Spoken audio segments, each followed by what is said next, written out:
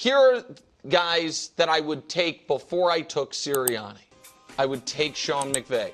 Wilds doesn't like Kyle Shanahan. That's fine. I would take Jim Harbaugh. I would take Mike Tomlin. I don't have too much of an issue with this list. You can question it with McVay, Kyle Shanahan, and Jim Harbaugh, even Mike Tomlin to a certain degree. But Mike Tomlin does have a longer body of work, so he gets that edge. But McVay, Kyle Shanahan, and Jim Harbaugh, those can be argued and remain questionable. But I don't have too much of a problem. It's the next list he brings where I feel like the hatred and the ass whooping is still within Nick Wright's heart. Here's the next five. I would rather have Kevin O'Connell, Matt LaFleur, Pete Carroll, Dan Campbell, and Sean Payton. The only guy you can give on that list is Sean Payton and maybe Pete Carroll because of his longer body of work. But I'm not giving it to Kevin O'Connell. He's 0-2 in the playoffs. He does good in the regular season, but he's 0-2 in the playoffs. And Matt LaFleur, he beat Matt LaFleur in the playoffs. And I like Matt LaFleur. But I would give it to Nick Sirianni right now. He's beaten him in the regular season and in the playoffs. And Dan Campbell, he hasn't been as successful in the playoffs as Nick Sirianni. So I don't know what Nick Wright is trying to pull here. He's just being disingenuous to me.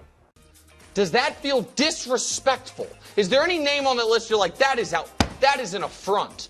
Well, what has Matt LaFleur done? Yes, exactly. To add context to what Kevin Wilds is saying, Matt LaFleur is 3-5 in the playoffs. Good winning percentage in the regular season, but he's 3-5 in the playoffs. But the disrespectful part to me is having Kevin O'Connell over Nick Sirianni. Kevin O'Connell is 0-2 in the playoffs, and I don't think is nearly as accomplished as Nick Sirianni.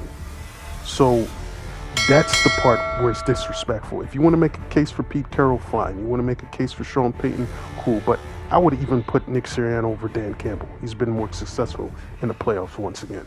Games every year with Rodgers. They then went back to the. They went 8-9, and then they went back to the playoffs with Jordan Love. 65%. Sirianni is 70%, so it's within 5%. Just like I said. But he's also had a much better quarterback.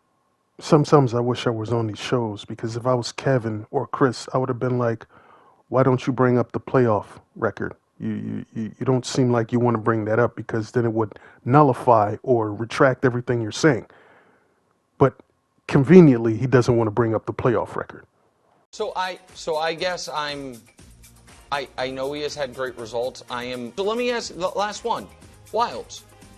I have Mike Vrabel there.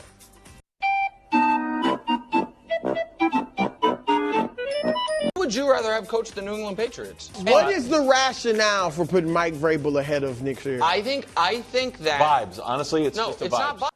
Guys, pay close attention to the mental gymnastic that Nick Wright is going to do, not to answer Chris Broussard's legit question. What's the rationale behind your answer here or your reasoning? Like the chasing the ghost of assigning credit in professional sports, and the biggest reason for the Eagles' success, Jalen Hurts' leadership, the tush-push, his ability. Is it Saquon's unbelievable year? Is it Howie Roseman's drafting and roster construction? Is it the great head coach? Is it noteworthy to me? After the third week of the year, we all said, I think they're going to fire the guy, and then they ripped off this unbelievable run. Was that Sirianni getting way better, or was that Jalen Hurts getting to another level and Saquon having what was close to the greatest running back season ever? Did y'all see that? The original question was, what's your rationale putting Mike Vrabel ahead of Nick Sirianni? This guy went on a complete diatribe, all this mental gymnastics to say why Nick Sirianni's success is attributed to good GM players. Like that doesn't apply to coaches that are good and organizations that don't have good GMs. They usually have good players when they win Super Bowls. That's just the way it is. So he did all that not to answer or have no answer of why Mike Vrabel is ahead of Nick Sirianni. This dude is a joke, man.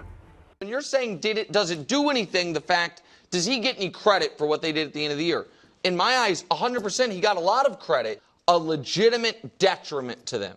A bad coach that was hurting them to now, I think he's pretty clearly a good coach. A bad coach. They never had a losing season under Nick Sirianni. And when they faltered throughout the season, they didn't stay losing. They found a way to win and went on a winning streak. The opposite of what bad coaches do. So again, no objectivity. He clearly has an agenda against Nick Sirianni to the point where it's not allowing him to assess the situation properly. And I'm just going to be frank. He's hating on Nick Sirianni just because he doesn't like him as a head coach. Right. They won the exact number of games and made the playoffs and lost in the first round the same way they did 2 years before he got there. You are a hater. Remember when I said earlier in the video he didn't want to mention the playoff record for Matt LaFleur? But in the very instance when it came to discredit Nick Sirianni, he brings up him losing in the first round of the playoffs his first year. Gish galloping, this is what Nick Wright does. Move the goalposts, say a lot of words in his vernacular so he sounds like he's saying something intelligent when it's just smoke and mirrors and a bunch of nonsense. But I want to know what you guys think in the comment section. Did his list make any sense? Was it nonsensical that second half? Let me know. Drop your thoughts down below.